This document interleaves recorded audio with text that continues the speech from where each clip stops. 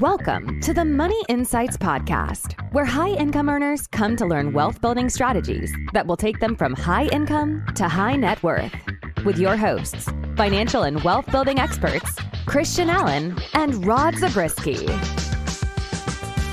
Welcome into today's episode of the Money Insights Podcast. My name's Christian Allen. I'm here with my co-host, Rod the Pod Zabriskie. Rod, what's going on, man? Hey, I am doing great. For us, it's Rivalry Week. And it's been Rivalry a lot Week. of fun BYU anticipating. Utah game, the Holy War. BYU's going in 8-0. Man, what else could you ask for in a rivalry week? I mean, At least if you're a BYU guy, right? Yeah. Well, the problem is that the result will be known by the time this airs. So hopefully it goes the way we want it to. Oh, that's true. Because then people will be giving us their condolences if it doesn't go our way. Well, anyway, we're excited. It is Rivalry Week. And there's always a lot of energy. Yep. The state of Utah kind of is buzzing with all that stuff going on. So it's a good time to be a BYU fan, I would say. Okay. So since most of the people listening to this are probably, I would guess, all but a few are likely not BYU fans. Yet. I don't know about that, but they're probably not BYU fans. So, Rod, I figured we would kind of transition into money, if that's okay with you. Deal. Okay. So, but today we are going to have fun, right? So kind of in the spirit of Rivalry Week, we're going to talk to our rival. No, I'm just kidding. There's nothing we're so small in comparison to Dave Ramsey that would be ridiculous to call us a rival. But he's at least our rival because philosophically, he's very much out of step with the philosophies that we believe in when it comes to building wealth. So today what we're going to do is we're going to talk about some of Dave Ramsey's worst takes, and we're going to just rebut them. And that's just always fun for me, Rod. I always get riled up and excited. Dave has this way of doing that. I'm sure that's why he's been so successful. He can the people that love him, they just love him. The people like me that see him and I skin crawls a little bit, that happens too. He just creates a reaction. You know, what's funny, Rod, just to this point, our best social media posts ever are almost all, there's a few exceptions, but almost all of them are Dave Ramsey stitches. Yeah. So I don't know what that's like. I've done stitches for Donald Trump, a lot of really famous people that have a ton of following. Yeah. But for whatever reason, it usually just people really get excited about that Dave Ramsey stuff. So again, in the spirit of that, we just thought it would be a fun conversation. And it's been a while, right? Some of the things we're going to talk about, it's been a while since we've talked about these specific issues. So it just felt like good, fun energy to go again with Rivalry Week. We are going to make Dave look like, what are we going to make Dave look like, Rod? Well, something bad. Like the Utes look after the end of the game this week. But, yes, I love it. Okay. So in that spirit, Rod, let's jump into it. The first thing that we're going to talk about, not just talk about, I should be really clear. What we're going to do is we're going to play Dave's videos. So we're going to get to hear from the horse's mouth. We don't want to put anything into his mouth. We're going to let him speak for himself. And then we're going to jump in and give our opinions on what he's saying. And as you'll guess, in most of these situations, we're not on the same page. So that being the case, Rod, let's jump into it. The first one we're going to talk about is one of his worst takes. Oh, they're all his worst takes, but this is definitely one of them. And that is that you can go with an 8% retirement withdrawal rate. Just let that sink in. We talk about how ridiculous 4% is. Dave's like, we're going all in with 8, which again matches in line with his mutual fund. But let's hear from Dave, and then we'll give our 2 cents after that. Okay, so you now have $1,040,000. So the next year you get a rate of return of 12%, 11.5% on the $1,040,000, and the next year it'll be $1,090,000. 1.1, right? And because your nest egg is growing by the rate of inflation, giving you a cost of living raise every year. So as long as you're doing that, you're fine. And so if you want to be a little bit conservative, maybe 5%. But there's all these goobers out there who have always put this 4% crap in the market. And I'm just irate right now that we have joined the stupidity. Why is it that stupid, though? It's too low. It's too low because it's not realistic. You do not need to live on 4% of your money for your nest egg to survive. Yeah. Even if you did a rate of return of 10% or something. Yeah, and what it sets up is this guy now, he doesn't think he's got enough money. And he's already got $120,000. He's 30 years old. He's on a plan. He's on a plan to be very wealthy, and he's worried he's going to have enough money or not. Yeah. Because stupid people put out low withdrawal rates. Like if you think you can only pull off 4% off of investments making 12, where the flip is the other 8% going? Well, 4% of it went to inflation. That's where it went. The other 4% is just sitting there. So you are growing your investments instead of living off of them. I'm not destroying the nest egg. I'm not even touching the nest egg. I'm growing the nest egg by leaving 4% in there. Yeah. Taking 8 off of a 12 growth so rate. go a 10% rate of return. Go a little bit more conservative with your rate of return. Go 10%. What would you do with 10%? Well, then 4 off of that. So 6. 6, yeah. But why are you going to underinvest? Yeah. I mean, this year, the S&P to date was 10%. Is 10%, and we're not even at the end of the year yet. Yeah. And everybody's talking about how bad the economy is. So, most years mine have done much better than 12. And so But if you can do your standard of living though, lower than what you need, like if you don't need it, that's fine. Yeah. Like I'm 62, or 63, I'm pulling nothing off of mine. Right. Because I don't need it. I still work. I still have an income. Right. I don't need any of it. So it's all just sitting there. But you could do 4%. The problem is when you go down these stupid nerd rabbit holes in these Reddit threads with these morons who live in their mother's basement with a calculator, and then you put that out into the dadgum community, and then people go, I don't have enough money. It's hopeless. I'll never be able to save enough to retire. $1 million should create for you an $80,000 income, boys and girls. So you should perpetually, like if forever, you should be able to pull 80,000 forever and never destroy it. Now and so when you tell people that $1 million creates a $40,000 income, you go, oh, I've got to have $2 million and I can't make that. Then this system doesn't work. So what you're doing with this bogus math is you're stealing people's hope. That was the point I wanted to get to. You're stealing people's hope if you tell them they can get anything less than 8%. Okay. So, Rod, I don't even know where to start on this. There's a bunch of elements that we want to hit on. I will say this before we bust up Dave. I like the idea that hope is out there, and we agree that you should be able to spend more than $40,000 a year off of $1 million. Yeah, we absolutely agree with that. Okay. However, to suggest an 8% withdrawal rate is absolutely ludicrous. So first of all, and I'm sure you've got a couple. I'll just throw one off that's coming. The first part is the math doesn't work the way he's suggesting. Nobody gets the double-digit 12% return every single year. Like any dork and their dog understands that markets go up and down. So like just this idea alone that perpetually I can take 8% off of it, or even 6 or 7% necessarily, like maybe, but there's a big possibility that maybe not. And so the question is, are you willing to roll the dice, flip a coin, and hope for the best? Right? Right. That's the first point that comes to my mind. And what's amusing is that the proof he was giving was this year, and this was recorded in November of 2023. Okay. He says, this year you're up 10%. Well, that's 1 year. Well, guess what happened in 2022? You were down 25%. So if you're down 25 and you gain 10 of it back, you're not even near where you left off. And he's in a position where he's saying, well, I'm not even taking my money out yet, but the math works out. And I'm like, well, if you're not taking money out, then what you're saying is great. Like, let it grow. You're going to, this idea of a long-term investment, you have to stick out the bad times so you can get back to the good times. All that kind of stuff is great if you're not in retirement. But if you lost 25% and you took out 8%, well, you're going to have a huge return to overcome, again, not just the 25% that was lost in 2022 in the market, but you took an additional 8.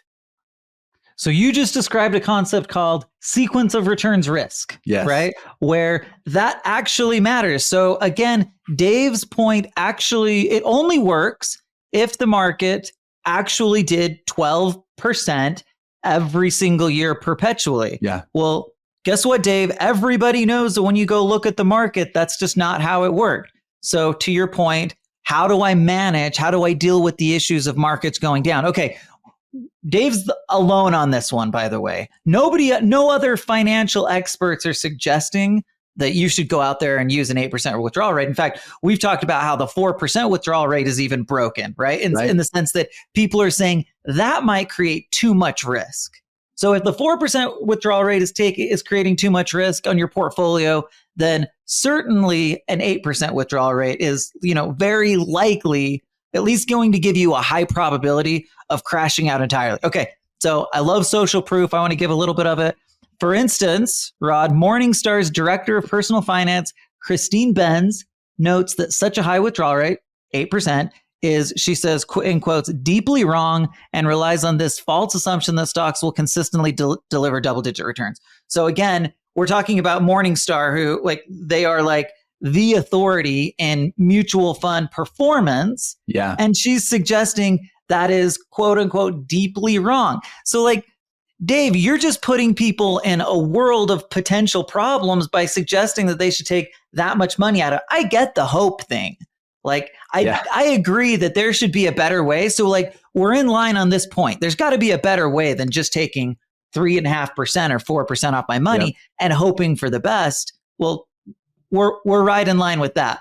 But just saying, I'm going to ignore the risks that happen when I continue to increase that because I falsely believe that the market is going to, again, even if the average return, again, now we're talking about average versus actual, even if the average return is 12, that doesn't take into account the sequence of return risk that becomes incredibly negative, right? But for lack of a better word, in the years that the market goes down, the downs hurt more than the ups help when we're talking about the stock market. And when people understand the math around that concept, it becomes really clear. Well, guess what? The nerds in the basement that he's talking about, what he's actually talking about is people who have done real mathematics above this really bizarre line that this is what's crazy. Dave knows the markets don't do what he's saying. He knows that. Well, the problem is he's running on a platform that he established at the end of the 90s.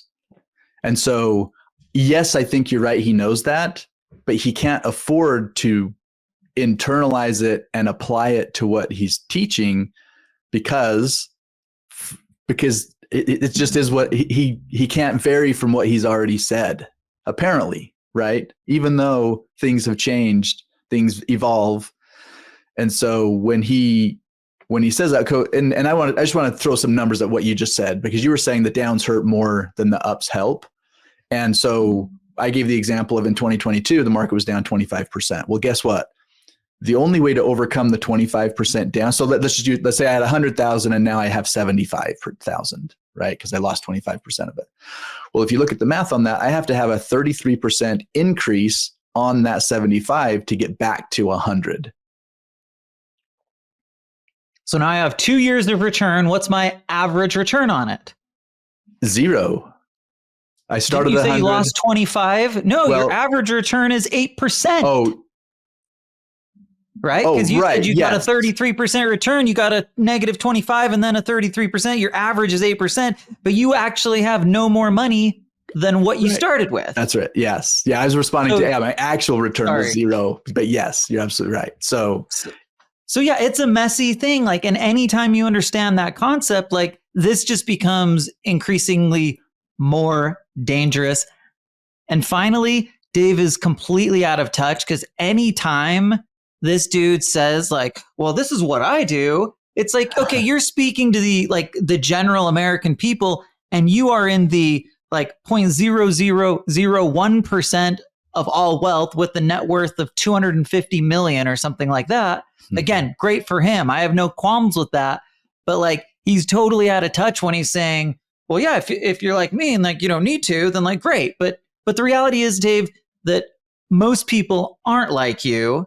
And so while you going out and delivering this really dangerous message. Like, it's not going to hurt you. Mm-hmm. It is going to hurt real people if they take that advice and run with it, they're going to find that they're working at Walmart as a greeter because they're out of money.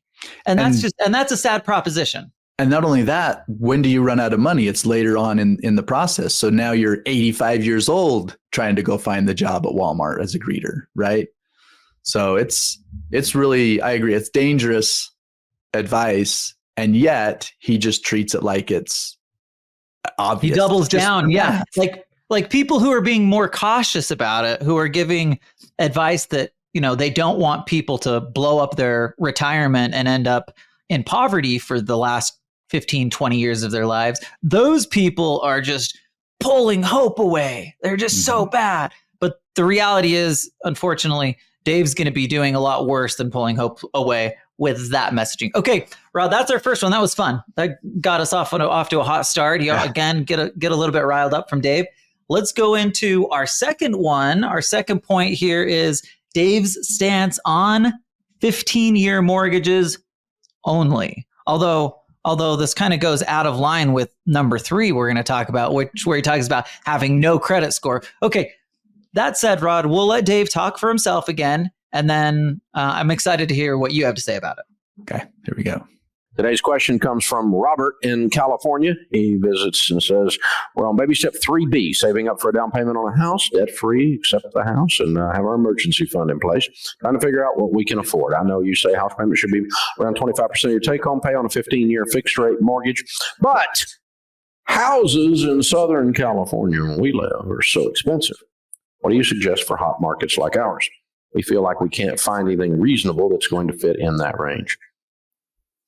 Robert, if you live in California, or you live Southern California, or you live in San Francisco, or you live in Manhattan, they do not issue a pass on mathematics.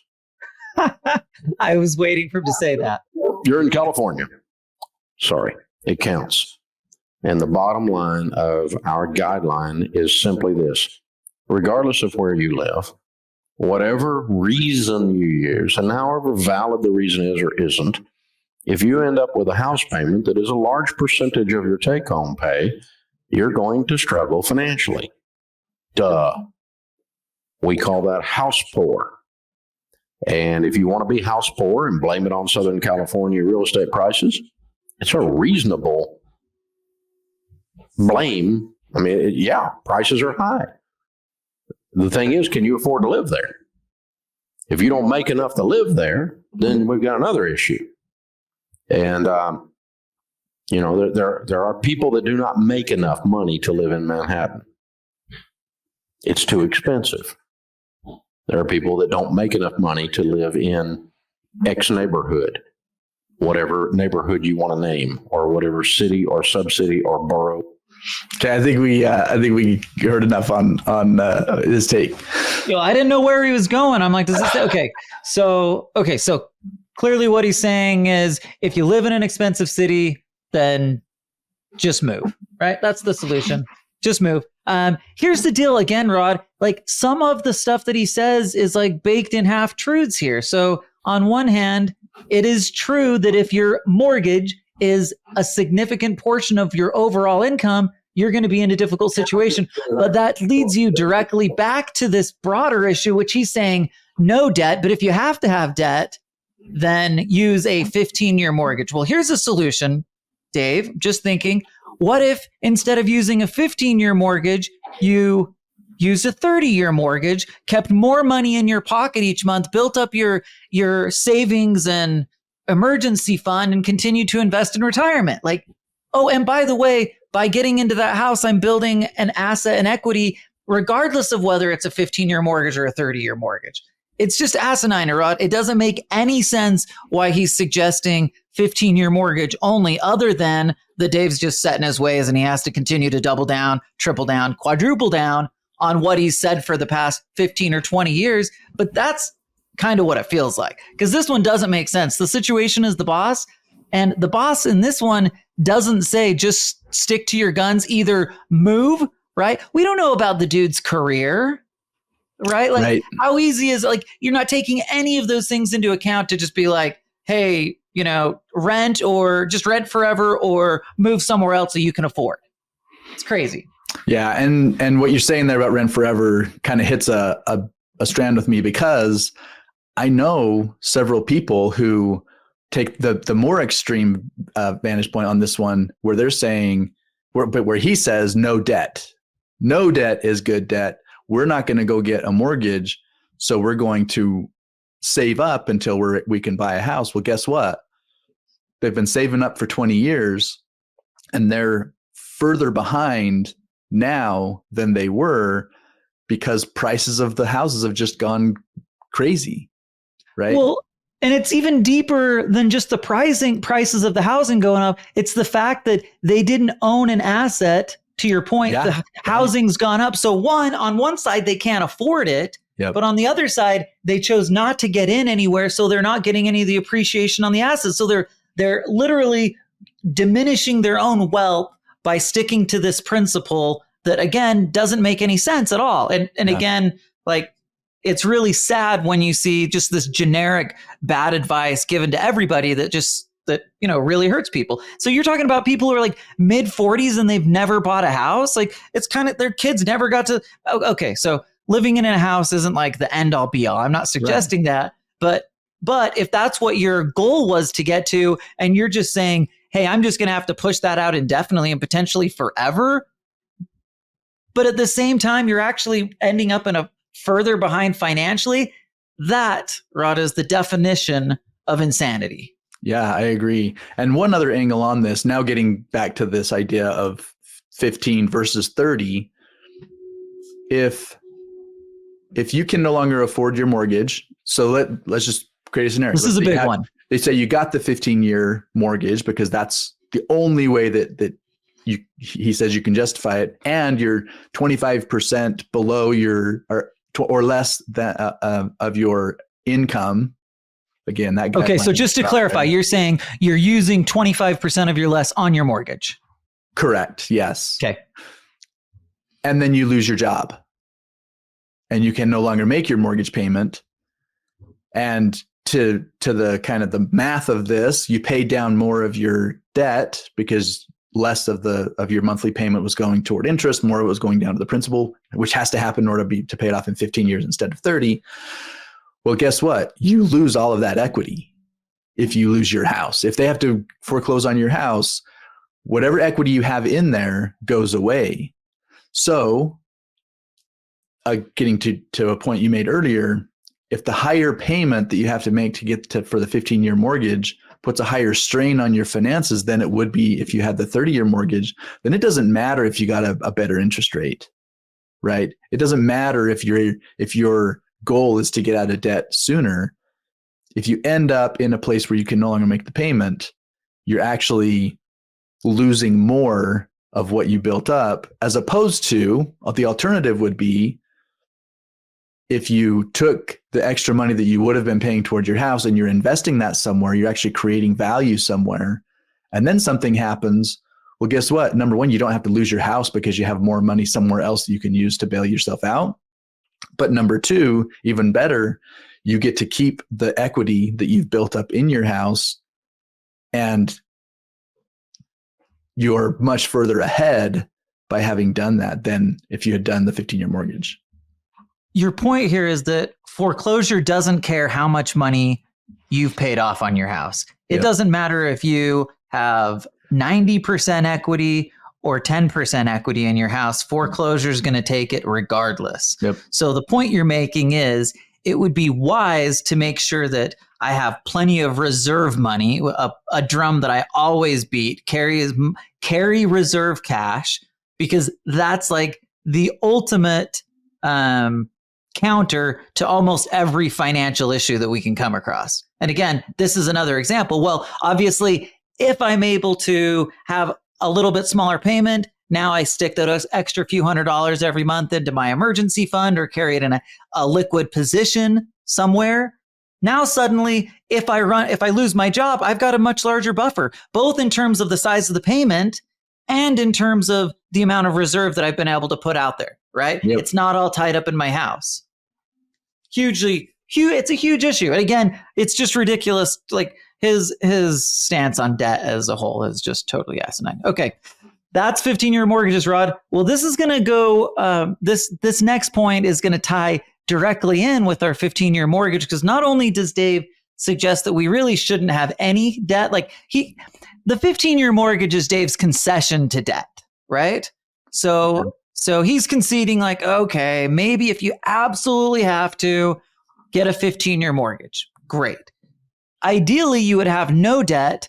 And let's take that even further. He would suggest no need for a credit score. Zero need for a credit score. Okay, let's talk about it. Let's let Dave tell us how he feels about credit scores. The challenges of living without a credit score are very low unless you're trying to buy things that you don't have the money to buy. If you don't have any money, living without a credit score is a lot tougher, in other words. So I haven't had a credit score in years because I haven't borrowed money in years. I don't own a credit card. But I can do everything in my life that you can do except go into debt. Where you run into problems with a credit score is really three areas. One is to rent. The second area is to buy a home. But other than that, you really don't have a lot of trouble. The challenges of living without a credit score are very... Okay. So he clearly is saying no credit score. Well, I want to go back to my first point. What was Dave's net worth? Did I tell you, Rod? $250, I believe. Okay, so how many people have that kind of money to the point where they don't need to go in debt for anything?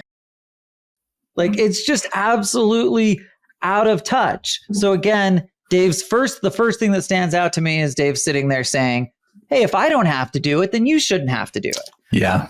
I was saying this earlier, Rod, but what Dave does is he projects on people the idea that they can't think for themselves because, right, they're not able to evaluate a situation, the good and the bad, realizing that there's nuance in it and choose to use it in a good way, right? Any tool that could be used for good and bad, he's like, get rid of it, don't use it. The fact that it has any possibility of becoming a negative in someone's financial life means that you are not smart enough to actually take that on yourself. Just go with this route, right? My route. Yeah. And it's easy. I do it. So like, if I'm doing it, why can't everybody do it? Yeah. That's my first take. And that, I think, gets at the heart of the issue that I have with a lot of the stuff he says, is that he's applying one rule that applies equally to everybody, no matter what. And the challenge with that is, especially in this case, a credit score is obviously useful if you're going to get debt. That's most often when it's used, but that's not the only time that you need a credit score. Okay, right? Before we get into those, and those are important. Okay. I was given some advice from someone that I consider a financial expert who had been incredibly successful throughout his life.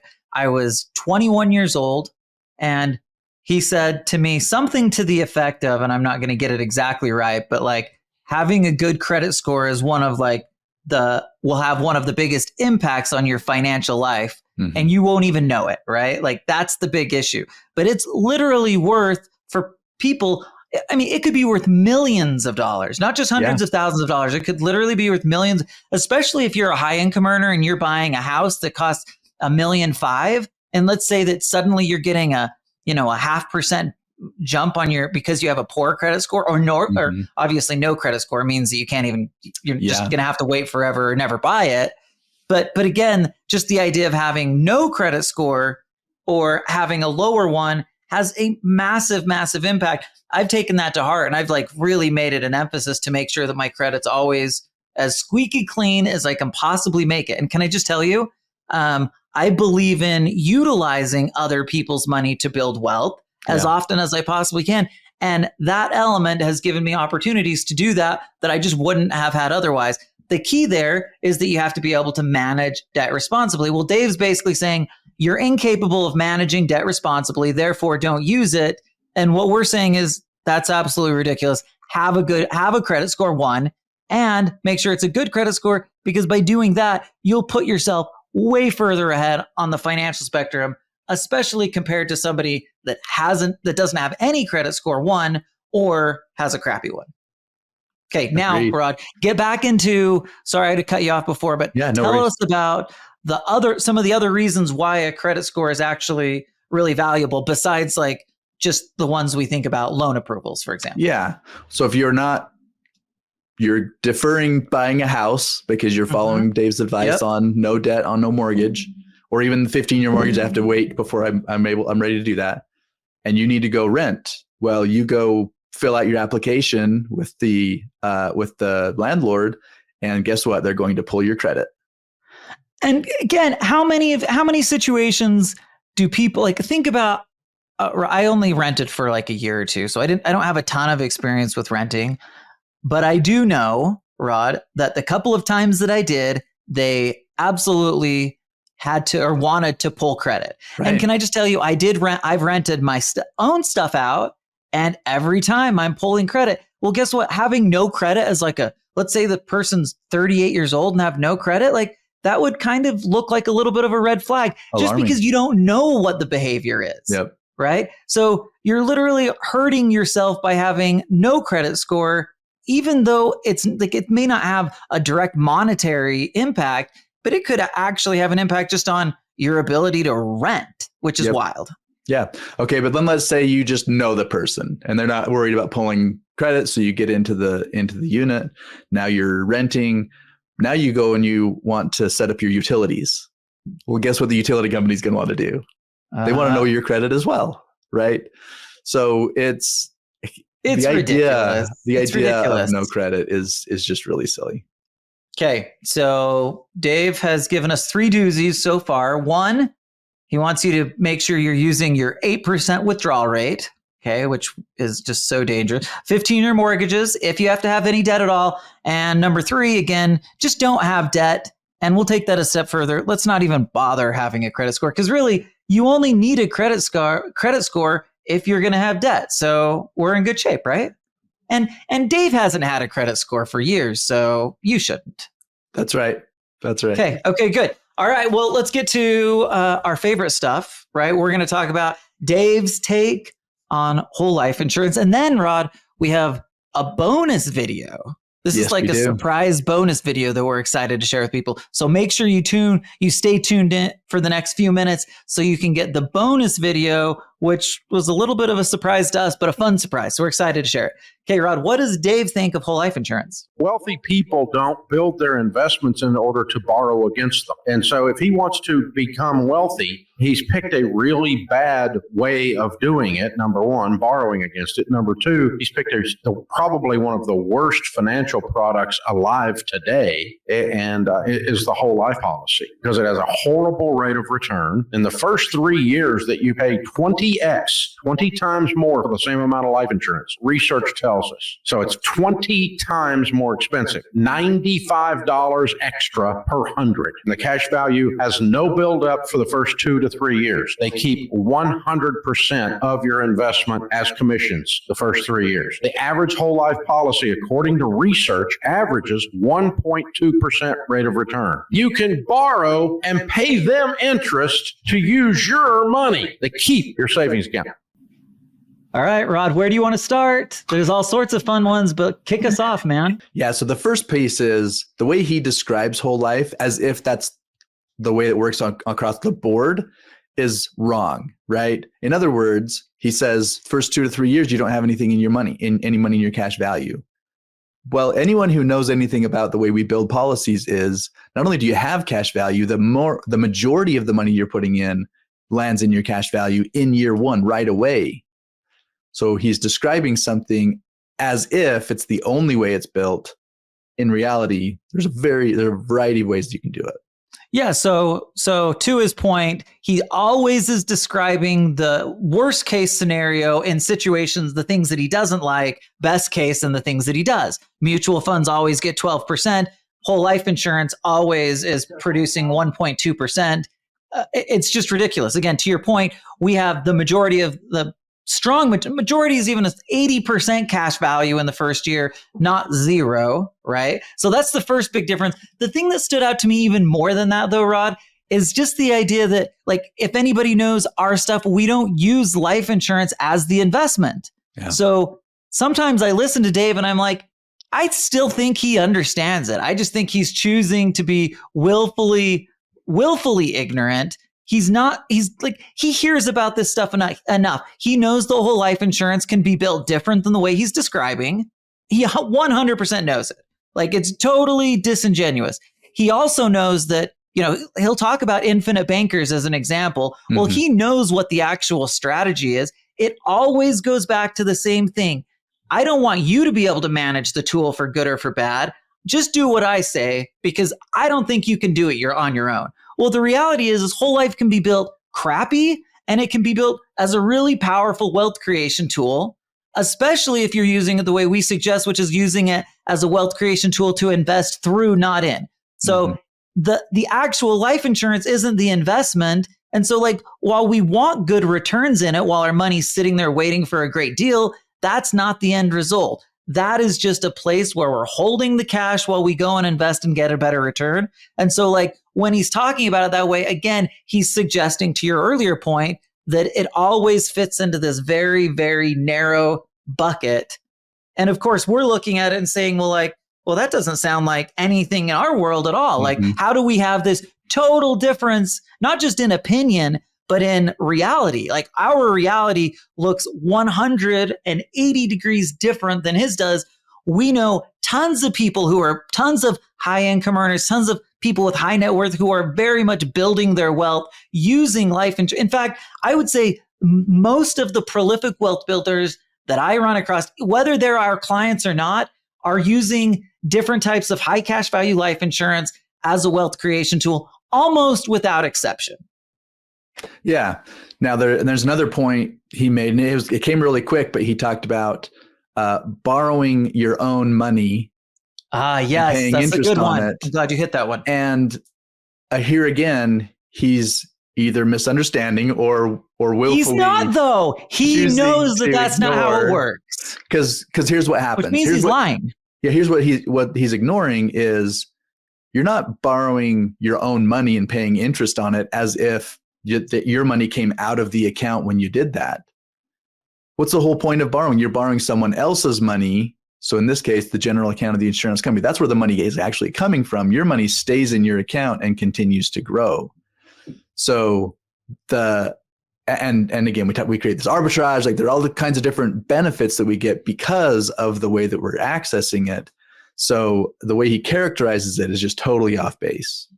Rod, Dave is a big, fat, freaking liar. That's what he is. Especially when it comes to whole life insurance. I'm telling you, I would be absolutely baffled if a guy that has accomplished the things he has accomplished doesn't actually know how whole life insurance or cash value life insurance works. Because based on the way he described that, you would think he didn't. I just think he plays to his crowd. That's where his money comes from. He's got his people. He just plays to it over and over. And he's like, this is work for me. I'm going to keep with it. So Dave, man, you've got to clean up your act. Stop lying. That's what okay. I just wanted to say that to, like, if I could, like, really emphasize, he's either a liar or he's incompetent and shouldn't be giving anyone financial advice, at least around life insurance. And I don't know. Well, I don't know what, I mean, we've just shown 4 other places too, but at least around these 5 things that we're hitting on. Yeah. And I don't know which is worse. Someone who lies or gives a strong opinion on something that they just aren't willing to go and learn about, right? Both are bad. Yeah. That's a good point. Yeah. Okay. All right, Rod. I'm excited about the next. So this is obviously one we know whole life insurance inside now. We love whole life insurance as an asset that can help people build wealth. And we know Dave just despises it, right? He always has. That's always been kind of the fun back and forth here. But we came across another video that was really interesting and insightful. Rod, since Julianne found it for us, why don't you kind of just give us a preface for what we're going to be checking out before we watch this final kind of bonus video, and then we'll close up shop for the day. Yeah. So my daughter Julianne, she just stays on the prowl and always lets us know when she finds interesting things that we should be aware of. TikTok, YouTube, whatever. So this one, she found a former Dave Ramsey advisor who had something very interesting to say about whole life. Oh, so yeah. I'm excited. Let's cue it up. So I found whole life insurance, and it's actually where I keep most of my money now. I found it as a Dave Ramsey financial advisor. I was actually trying to prove it wrong, trying to show myself why it was a bad idea. And guess what? I ended up getting converted over to it because I realized that what I had heard was not the same thing as what the wealthy actually were doing. When I saw a correctly designed illustration on an actual report, I was like, holy cow. Okay, your former Dave Ramsey advisor actually turning the page on this whole buy term, invest the difference is the only way to. Okay, so here's the deal. I can relate to this, Rod, because guess what? I wasn't a Dave Ramsey advisor, but I started in the industry. Like when I was 21 years old, I got recruited into Primerica. Primerica is the buy term, invest the difference multi-level marketing company, right? Yep. Their whole philosophy is buy term, invest the difference, and sell mutual funds and variable annuities. Like that's it. Okay. So I grew up early on the first year, basically thinking anything outside of term insurance was like basically like immoral, bad, evil, right? All those things. And we would use Dave Ramsey and Susie Orman to like really double, triple down on that concept. And then something happened, Rod. Something happened that just blew my mind. Well, I shouldn't say this. It did happen. Here's what happened. I go into an appointment. I'm a Primerican at this point. I'm 21 years old. I really know nothing about finance, but I go into this appointment and the guy I'm being trained by, it was actually my cousin, scary enough. The guy I'm being trained by goes in and he starts fighting with this guy over how mortgage rates work, right? And he's specifically trying to sell this person.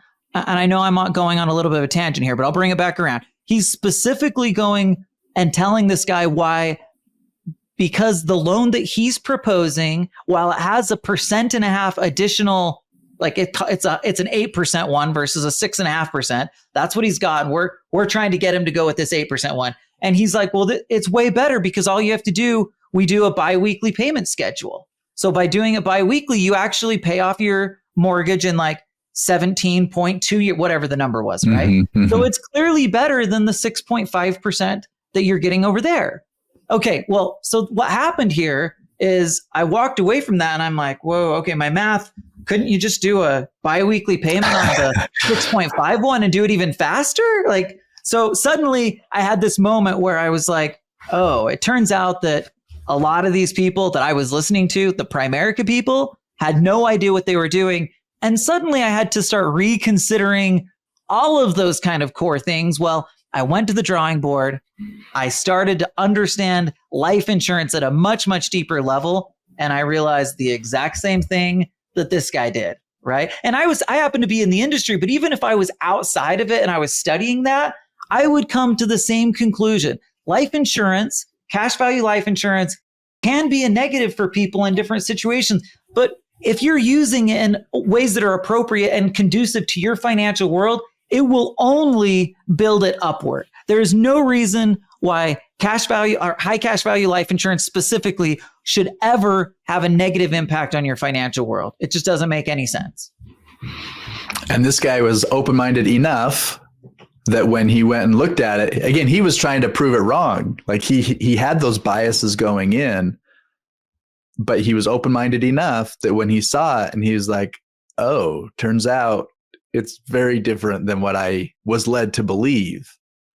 I can only imagine there's thousands of these types of stories because the voices are so big. Dave Ramsey is such a big voice, right? Like his community is kind of like Trump's, right? It's just huge. He gets a reaction from people, and it doesn't matter whether what he's saying is true or false.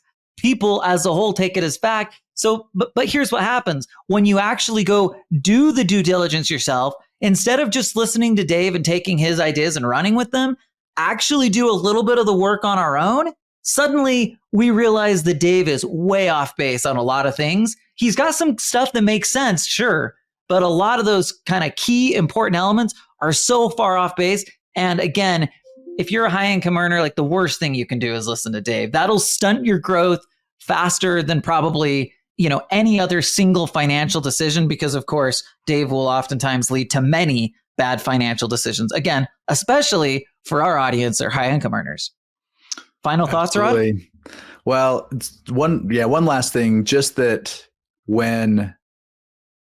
so I used to be a Dave Ramseyite, so I've listened to a lot of him. This is back when he was on the radio. Maybe he's still on the radio. I don't know. But listening to the Dave Ramsey show and hearing people come on, and there was a thing that he would do, and probably still does, where someone would come on and say, "Hey, I'm debt free," and so they would do this big celebration, and bells and whistles go off, and they're all cheering and having a good time with it. And what I began to notice was a very clear pattern. Is the only people that ever came on and had that celebration about being debt free were people who were high income earners. So here's the worst part about it.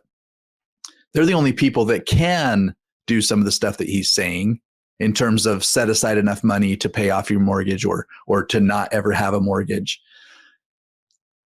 And it becomes a huge opportunity cost for those people because they bought in and because they're following that advice and because they're never willing to use debt and because they only will invest in the stock market and because they think they're going to be able to have an 8% withdrawal rate.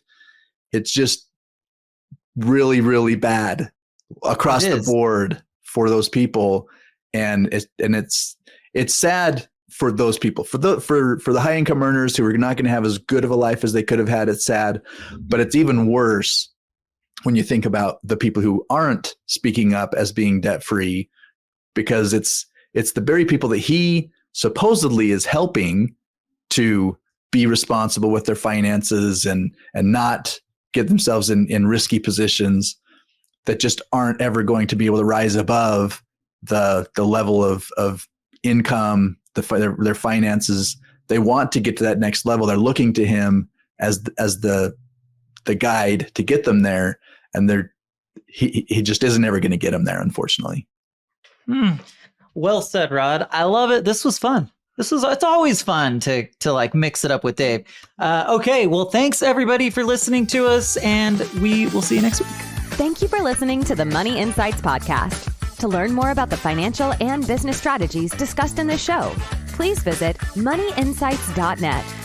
The views and opinions expressed on the Money Insights podcast are not intended to be individual financial, tax, or legal advice. Always consult with the appropriate advisor before making financial decisions. And if you're enjoying the show, please feel free to rate, subscribe, and leave a review wherever you listen to your podcasts. This will help others find the show and learn wealth-building strategies for themselves. Thanks again for tuning in, and we'll catch you in the next episode.